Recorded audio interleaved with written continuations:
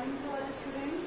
कल की क्लास में हमने पढ़ा था न्यूट्रिशन इन प्लांट्स, जिसमें बेसिक नॉलेज मैंने आप लोगों को दिया था। थोड़ा कुछ चैप्टर भी रीड किया था कि न्यूट्रिशंस क्या होते हैं, मोड्स ऑफ न्यूट्रिशन पढ़ा था और डिफरेंस बिटवीन ऑटोट्रॉप्स एंड हीटोट्रॉप्स, ये कल हम लोगों ने पढ़ा था। आज उसी से आगे हम लोग स्टार्ट करेंगे। तो सभी की बुक ओपन होनी चाहिए। Now we may ask where the food factories of plants are located. कि पहेली ने यहाँ एक क्वेश्चन किया है। क्या क्वेश्चन किया है कि पहेली wants to know why our body cannot make food from carbon dioxide, water, minerals like plants do.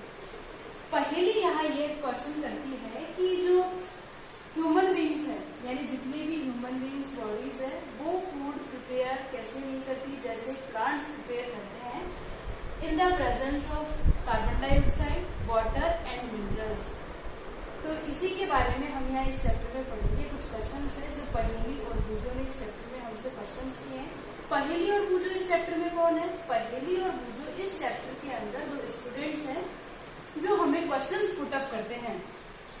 Now we may ask where the food factories of plants are located. पहेली ने यहाँ यह पूछा कि प्लांट्स के अंदर फूड जो है वो कहाँ लोकेटेड होता है, यानी फूड फैक्ट्री ऑफ प्लांट्स कहाँ पे लोकेटेड होता है।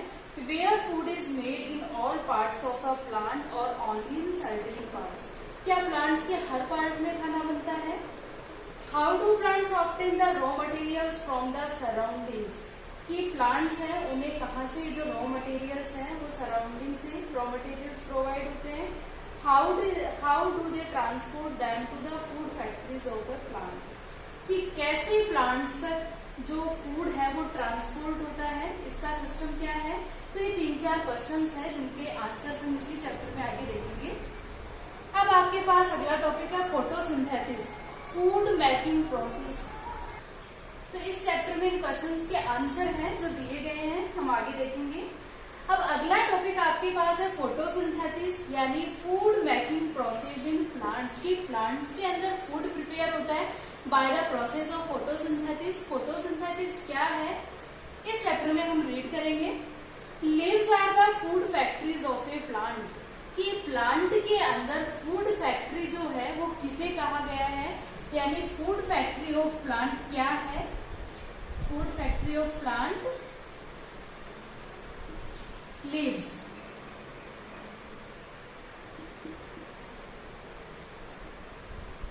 प्लांट्स के अंदर फूड फैक्ट्रीज है वो कहाँ लोकेटेड होती है? लीव्स में होती है, क्योंकि लीव्स के थ्रू ही हमें जो फूड है वो ऑब्टेन होता है, प्रोवाइड होता है। तो फूड फैक्ट्री अपन यहाँ किसको बोलेंगे? प्लांट के अंदर लीव्स को बोलेंगे। आगे देखिए, all the raw materials must reach the leaves. कि जितने भी रॉ मटेरियल्स है वो लीव तक कैसे पहुंचते हैं। Water and minerals present in the soil are absorbed by the roots and transported to the leaves. कि water और minerals दोनों soil के अंदर present होते हैं, लेकिन ये plants के all parts तक कैसे जाते हैं? By the root. root के through जो water है, minerals है, carbon dioxide है, ये plant के हर part तक पहुंचते हैं। And soil are observe by the roots and transported in the leaves. और लीव्स तक क्या करती हैं? ट्रांसपोर्ट करती हैं किसको? Carbon dioxide, water and minerals को। And carbon dioxide from air is taken in through the tiny pores present on the surface of leaves. अब आप यहाँ देखेंगे कि लीव्स जो होती हैं उसके अंदर क्या होते हैं? टिनी पोर्स होते हैं। टिनी पोर्स होते हैं। पोर्स का मतलब यहाँ होता है छिद्र, यानी छोटे छोटे जो छेद हैं वो लीव्स के अंदर होते हैं, लेकिन वो आपको नेक्ड आई से नहीं दिखेंगे। इसके लिए आपको माइक्रोस्कोप से देखना पड़ेगा, तभी आपको ये छिद्र दिखेंगे। तो टिनी पोर्स से यहाँ मतलब है लीव्स के अंदर जो छोटे छोटे छिद्र होते हैं उन्हें बोलते हैं टिनी पोर्स। आगे देखिए, the process are surrounded by guard cells. कि जो इसके जो पोर्स होते हैं, यानी लीव्स के अंदर जो छोटे छोटे छिद्र होते हैं, जैसे ये लीव्स है और इसके अंदर जो छोटे छोटे छिद्र होते हैं इन्हें बोलते हैं पोर्स। इन्हें बोलते हैं पोर्स। और इसके बाहर जो इसे कवर करता है उसे बोलते हैं गार्ड सेल्स। लीव्स के अंदर जो छोटे छोटे छिद्र होते हैं उसे बोलते हैं पोर्स, और बाहर से जो इसे प्रोटेक्ट करता है उसे कहते हैं guard cells. And such pores are called stomata. अब जो ये है पोर्स जो है, छोटे छोटे जो छिद्र होते हैं, इन्हें हम स्ट्रोमेटा भी बोलते हैं। अब स्ट्रोमेटा क्या है? स्ट्रोमेटा लीफ का एक इम्पोर्टेंट पार्ट होता है। स्ट्रोमेटा क्या है?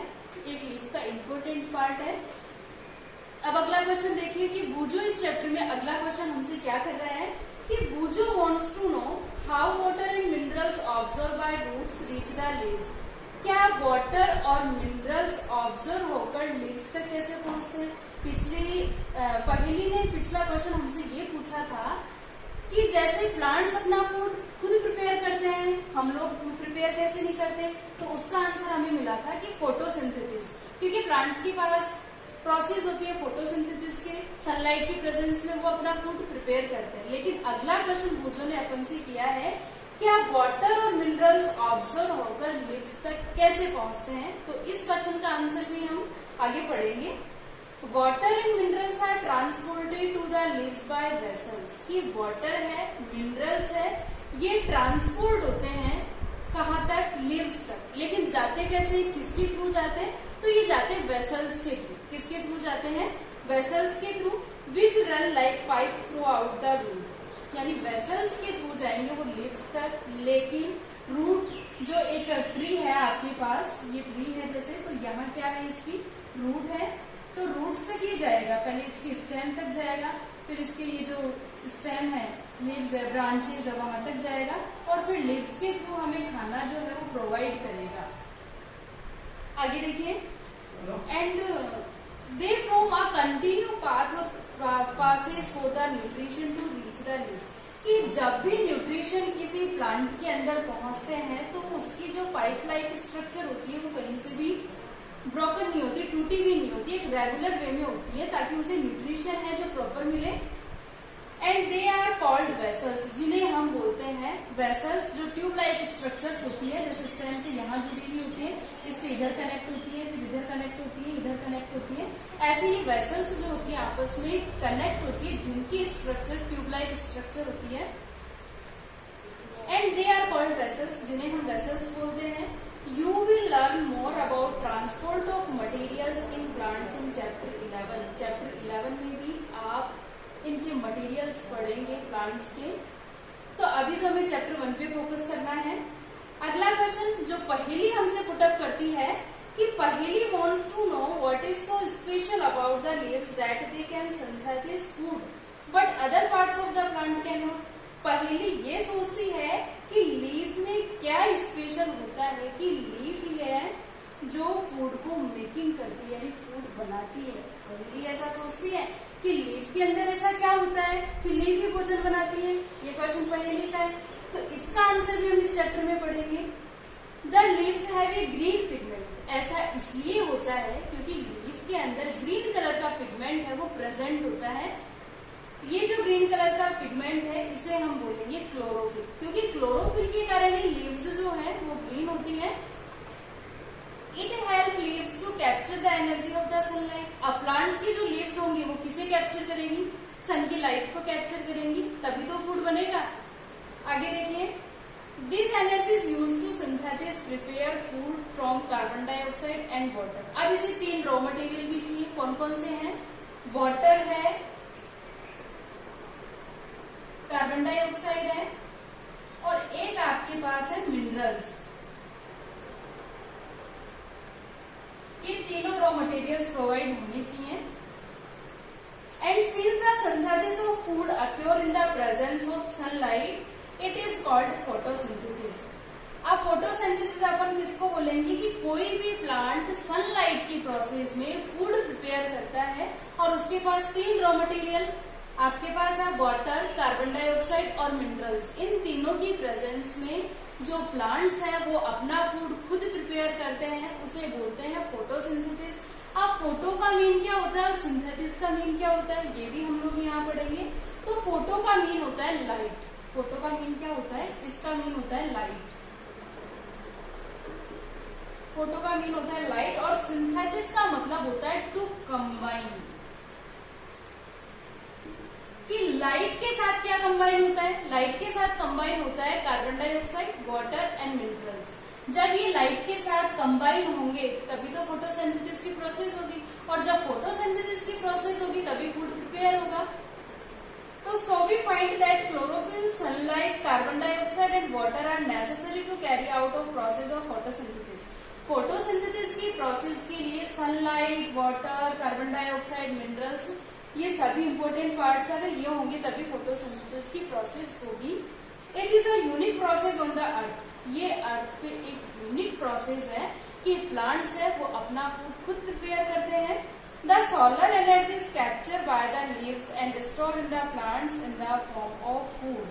कि जो plants में एनर्जी स्टोर है, यानी जो खाना बना हुआ है, यानी वो क्या है, सनलाइट से स्टोर हुआ है।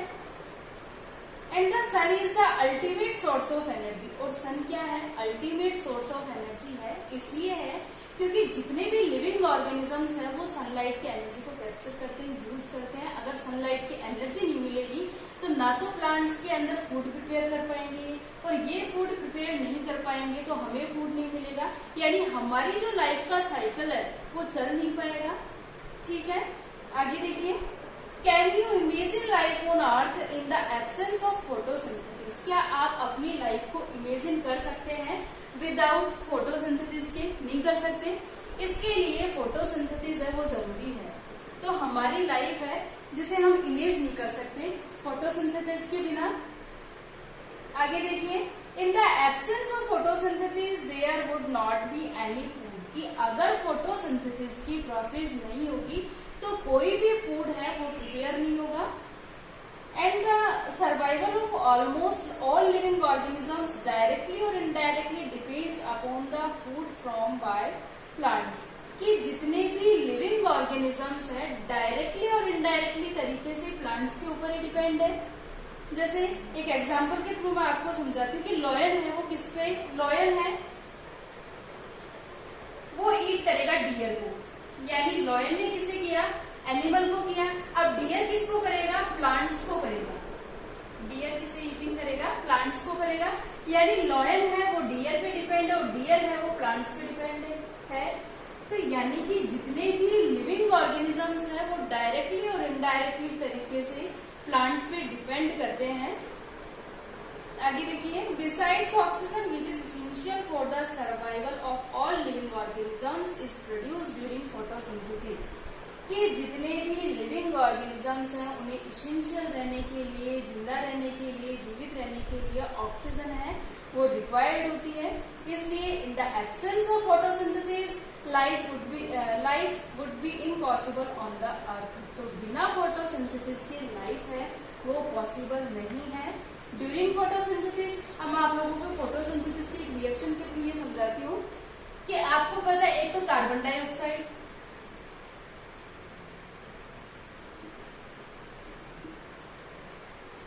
और एक ऑक्सीजन, ये दोनों मिलकर किसकी प्रेजेंस में, sunlight.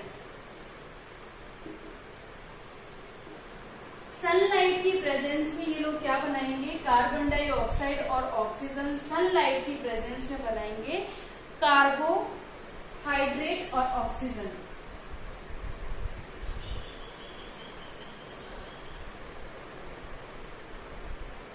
Carbohydrate and oxygen, chlorophyll. ये है फोटोसिंथेसिस की रिएक्शन है कि कार्बन डाइऑक्साइड और वाटर, ये प्रेजेंस ऑफ सनलाइट की प्रेजेंस में कार्बोहाइड्रेट और ऑक्सीजन। कार्बोहाइड्रेट जो ये फूड के रूप में लेते हैं और ऑक्सीजन जो हम लोग लेते हैं, यानी यहाँ कार्बोहाइड्रेट क्या है, एक तरह का फूड है। ठीक है, आगे देखिए। During the process oxygen is released. कि ऑक्सीजन ये क्या करते हैं, रिलीज करते हैं, यानी ऑक्सीजन ये छोड़ते हैं जिन्हें हम लोग लेते हैं। The presence of starch in leaves indicate the occurrence of photosynthesis. Starch is also a carbohydrate. कि starch भी क्या है, एक कार्बोहाइड्रेट ही है। ठीक है, अब आपके पास नीचे की एक्टिविटी दे रखी है, एक्टिविटी 1.1।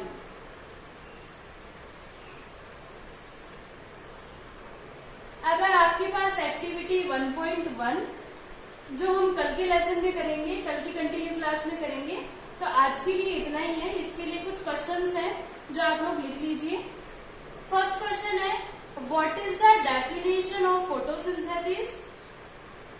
एंड सेकंड क्वेश्चन आपके पास है what is the food factory of plants. तो ये 2 क्वेश्चंस आपको राइट करने हैं अपनी नोटबुक में, और इसके लिए कल की क्लास अपन कंटिन्यू करेंगे।